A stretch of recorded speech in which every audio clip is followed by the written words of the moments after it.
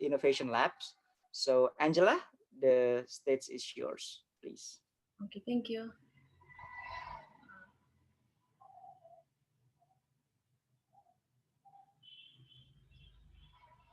Okay, so hello everyone, I'm Angela. I am a disaster risk reduction researcher at the Youth Innovation Lab, and today I will be talking about why and how we are virtually training and engaging mappers in Nepal. Next slide, please. Okay, I am a DRR researcher, but one of my core expertise is to study how open data is valuable for disaster preparedness and response. I will be talking about the concept of mapping from a disaster perspective. Of course, OpenStreetMap data can be used for various other purposes. We have seen private companies using it in their mobility apps or gaming apps. Recently, UN and other humanitarian aid agencies have started using the OpenStreetMap data. Even the government of Nepal has started using it in various of their government platforms, including Building Information Platform Against Disaster, a screenshot of which is shown here on the right. It is a well-recognized platform for disaster information management. So our aim of sensitizing mapping is to ultimately reduce disaster risk and enhance disaster resilience in Nepal. Okay, next, please. Next slide. Uh, okay, so let me first elaborate more about mapping for a disaster perspective. We can see here on the right, just after two major disaster events like the 2015 earthquake and 2017 floods in the southern plains in Nepal, higher number of users were engaged in mapping. During these times, there were mappers not just from Nepal, but from all over the world, contributing to enhance Nepal's OpenStreetMap data.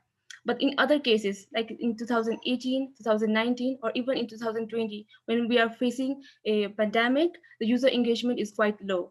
But why is there more engagement during these disaster events? Well, we believe it's because people can relate to these disaster events and their sentiments are associated with such events. So at present, although the number of contributors and map changes is increasing every day, retaining the users and ensuring quality data from these new mappers is quite a challenge. Next slide. Hmm. Okay, so with an aim to map the entire country for disaster resilience and to bridge the gaps in user engagement and data quality, we started mapping with, the two flood-prone communities in Nepal. We made an open call for digital volunteers to contribute to map these districts. We told the participants that these were one of the most impacted districts during the 2017 flood, and people were excited to join us. Next slide. Okay. So in order to sensitize mapping and keep the participants connected to our team, we came up with this module-based training where they could learn more about OpenStreetMap. So this training had three modules.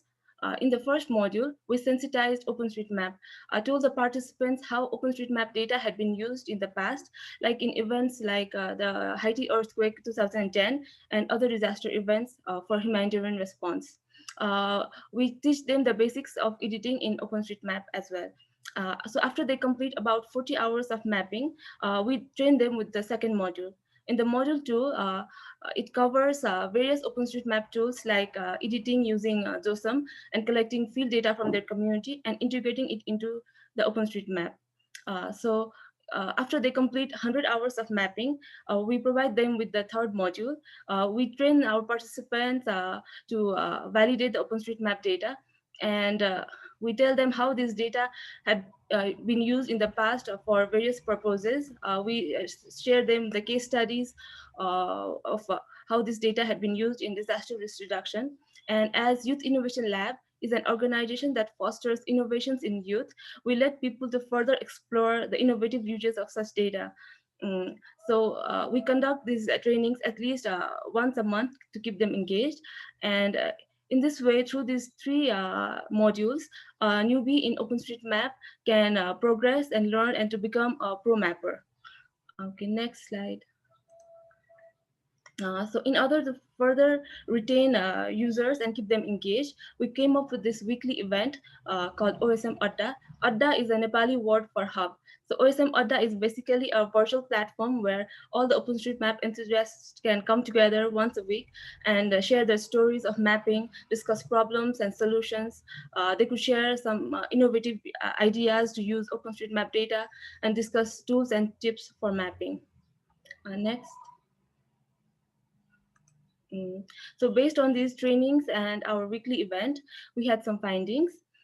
We found that although in the beginning, participants in our training ranged from working professionals to students from various academic backgrounds, user engagement was retained in students, and that too from academic backgrounds like geometric engineering, environment science, or agriculture, and others who actually use maps or GIS in their academic or professional careers. Next. Uh, Also, user engagement was retained when we conducted these trainings or weekly sessions. So when there is no human-to-human connection, the engagement declined drastically. For example, during the festive season in Nepal, that is around the mid of October to the mid of November, the number of active users plummeted.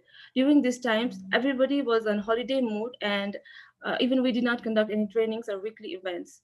But just after the festive season, when we also had the Geo Week, the engagement was again raised. So what we can conclude from this is that in order to keep the mappers active and to keep them contributing, we need to stay connected to them. Okay, next. Okay, so this is just the beginning of our journey to map the entire country for disaster resilience. At present, we have mapped about 8 districts out of the 77 districts of Nepal. And in the coming years, we want to accomplish to map all the districts, of, hoping for the mappers to stay engaged and retain data quality as well. Next. Okay, that's all from my side. Thank you so much. Please let me know if you have any questions. Thank you. Thank you, Angela. What a wonderful presentation. And please, everyone, if you have any question, please reach out the Angela directly, because now we are entering another fantastic talk by